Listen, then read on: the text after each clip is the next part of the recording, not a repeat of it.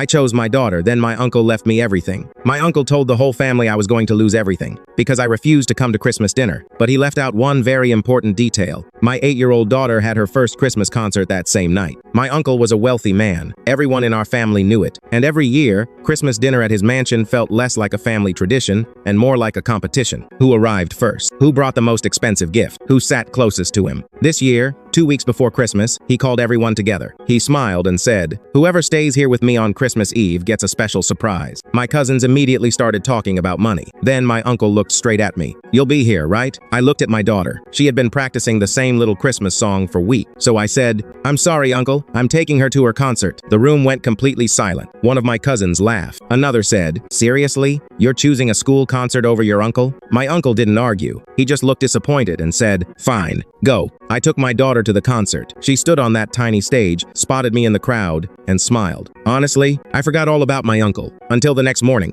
there was a knock at my door. It was my uncle's lawyer. I thought something terrible had happened. Instead, he handed me an envelope. My name was on it. I opened it with shaking hands. My uncle had passed away that night, and then I read the part that changed everything. He had left me his house, his business, and most of his savings. My cousins got almost nothing. I couldn't understand why. Then I found a handwritten note. It said, "Everyone came because they wanted something from me. You were the only one who walked away to give your daughter something she would remember forever. That told me everything I needed to know about your heart. Take care of her, and never let money become more important than family." I sat there crying, not because I had inherited everything, but because, without knowing it, I had already made the right choice. Comment on my story if you like.